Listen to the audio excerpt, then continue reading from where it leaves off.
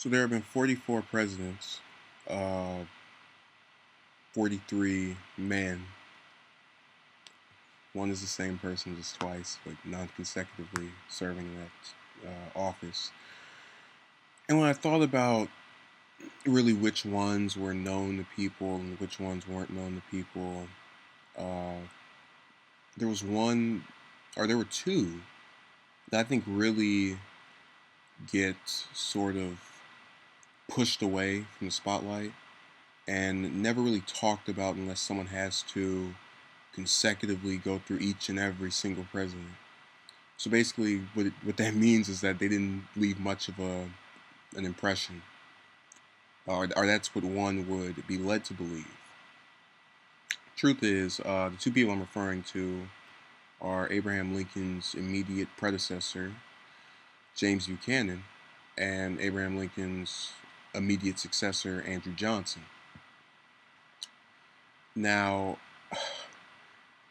you know, the only reason today anyone would bring up Buchanan or have any interest in looking him up, well, there are two reasons. I take that back. I made my mistake. Oops. Uh, is if someone asks them, "Hey, who's the president? Who was the president right before Lincoln?" Or if anyone wants to know if there was ever a homosexual president because of his relationship with what was it, William Rufus King, the vice president of Franklin Pierce, if I remember correctly.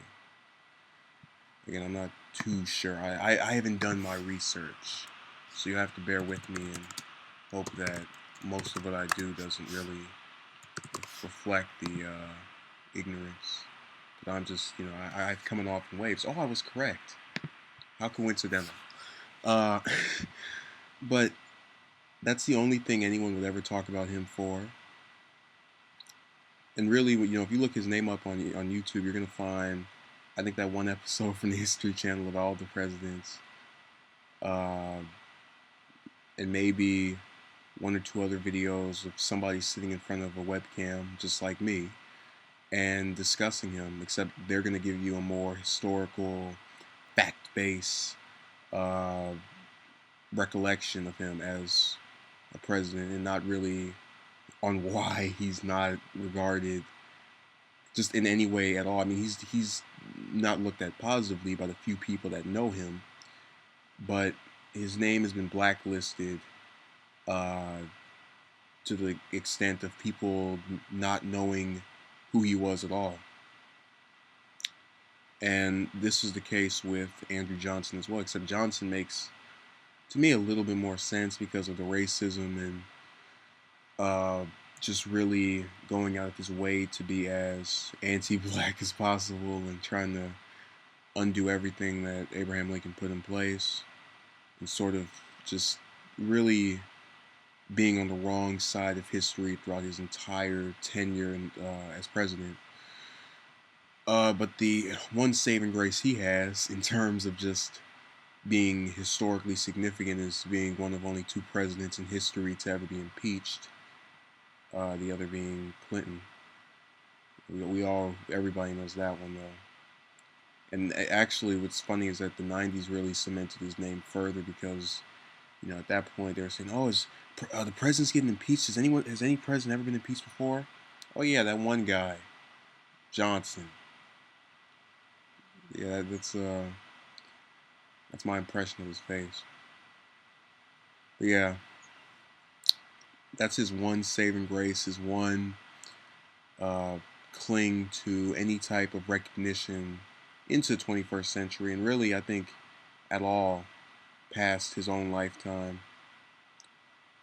But these two men together, I think, really embody the negative,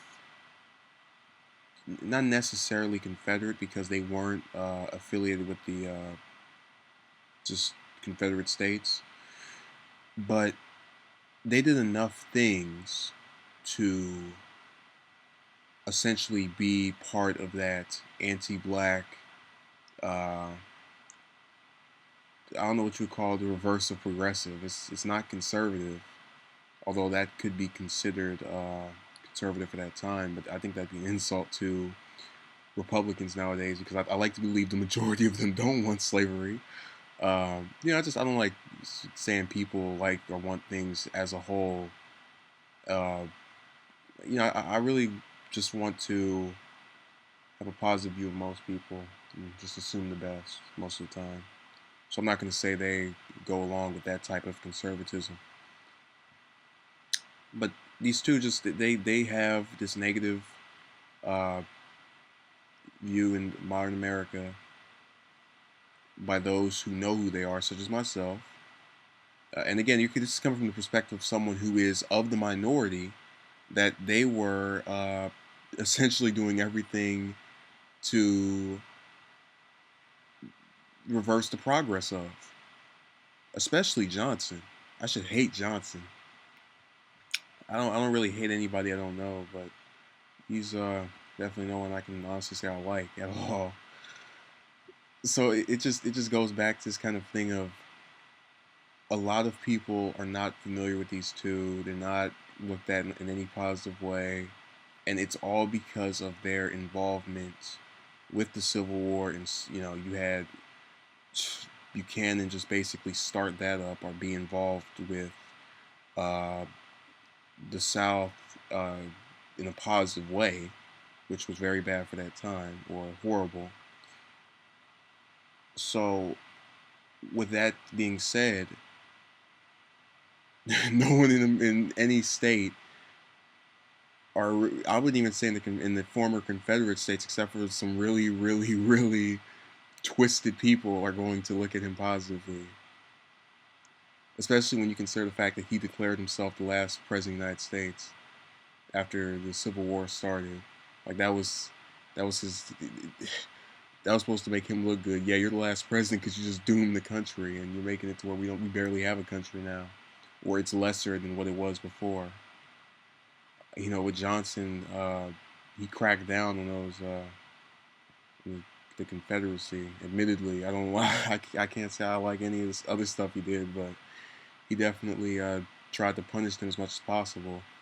And there's always that whole debate of, oh, what would Lincoln have done if he hadn't been assassinated? What would he have done? And we'll never know, but we know what Johnson did, and it's the only thing anybody could agree with him on and not be looked at as just on the wrong side of history, which is what those two were. So all in all, I think the reason they're in these kind of positions where no one knows who they are is because when you think of presidents, you think of Lincoln, you think of Reagan, you think of Kennedy, you think of that's in no particular order, of course. Roosevelt's, the Roosevelts, um, and the Bushes as well. Clinton, just everyone that typically has some positive connotation to when they were in office. Of course, everyone has their own idea of how good a president was or how effective they were. But I definitely believe these two were the worst out of 44. They're at the bottom. They're listed there in every single, or if not every single, the majority of presidential ranking polls, and with good reason. They should stay there. You could get Cruz, you could get Trump, you could get Clinton, you could get Sanders, you can get Rand Paul, anybody now, and none of them, I guarantee, will do as bad a job as those two did.